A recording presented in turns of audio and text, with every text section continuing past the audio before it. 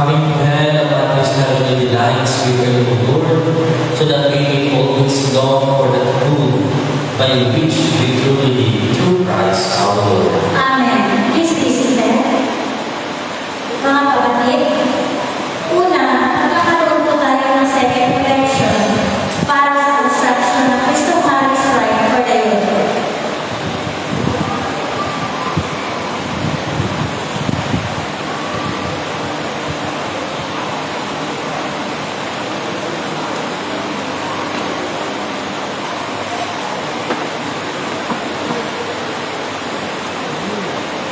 Ikalawa, sa ikalabing-tatlong Pebrero 2024 sa talatayaan ng gabi ay kailangan din ang pagsusundo ng mga palaskas sa harapan ng ating simbahan. Inaanyayahan ang paunahan lalo na ang mga servers upang malaman kung paano ginagawa ang mga pinakain sa Ash Wednesday. Kaugnay nito ay pinapag-usapan ang lahat ng may malumang palaskas at pagdalaman po sa ating parish office para gagawin kamo. Ikatlo, sa ikalabing-apat na Pebrero 2024 ay Ash Wednesday. Ang schedule ng ating mga misa ay ang mga sumusunod. Alas 6 ng umaga, alas 5 ng hapon, at alas 7 ng gabi. Ika-apat, sa ikalabing-ito ng Pebrero 2024, sa ganap ay 4 ng umaga ay aking penitential tungkol.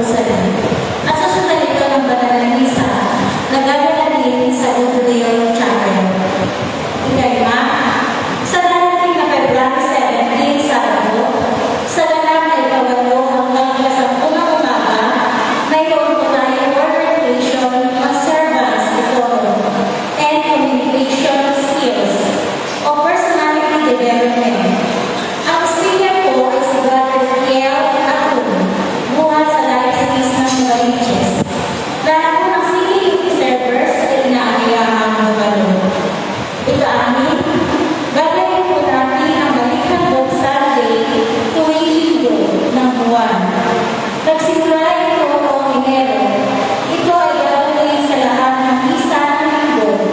Iaalay lamang ang Balikan envelopes na nakalagay sa likod ng simbahan during the offertory. Ika-7, available na po ang ating 2024 calendar. Magiging po natin ito sa opisina kasama ng ating simbahan na nagkakalaga ng 100 piso ang apat o buy one, take three. Nakalagay po dito ang major activities ng ating parokya. Ito ay fundraising para sa pastoral projects para sa taong 2024. Ika-8, may araw ng linggo mula alas 8 ng umaga hanggang alas 8 ng gabi ay magkakaroon ng kailan CKUP Bazaar Valentine's Project, ang Our Lady of the Bible community ng ating parokya sa harapan ng ating simbahan. Ang kasusuo ng magligo dito ay mapupunta sa mga programa ng ating simbahan. Inaanyayahan ko ang lahat na mag-purchase ng items o mag-feature sa Valentine's booth with minimal entrance fee. Suportahan po natin ang proyektong ito. Ika-9, ang lahat ng mga itaksa sa ating parokya at sa ibang simbahan ay nakakasakin na sa bulletin board. Ang siniman po ang may alam na handang tungkol sa kanilang kasal ay maaaring magsadya at ipaalam sa ating parish office. Maraming salamat po. Please stand.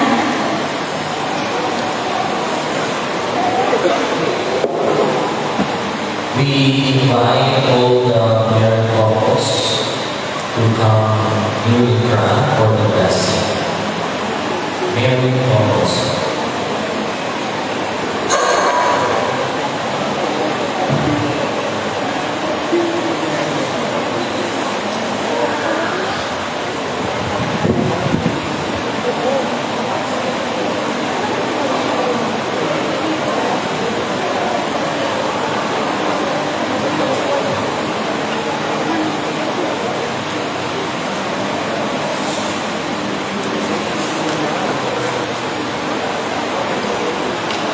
kasi sa February 14, hindi na kayo mag-bless niya.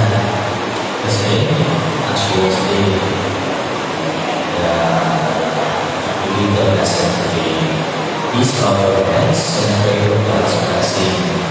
Almighty and eternal God, who have so exalted the unbreakable bond of marriage, that it has become the sacramental sign of your Son's victory in the Church, and as his spouse, look with favor on these married couples, you who have united in marriage, as they ask for your help and the protection of the Virgin Mary.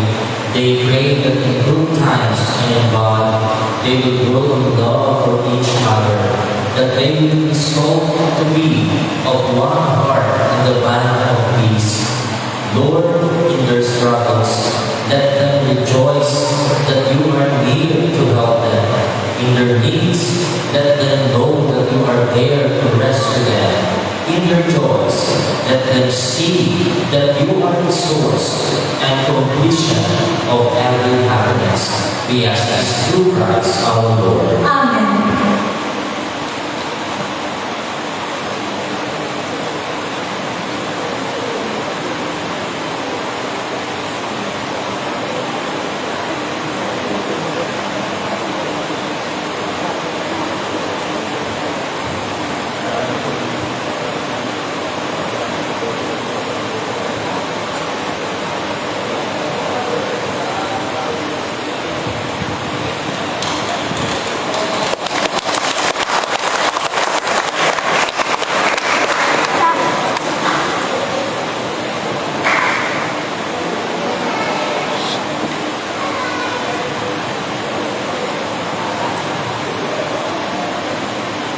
So, yung hindi nakasali, next year, before next year, nakasali na kayo.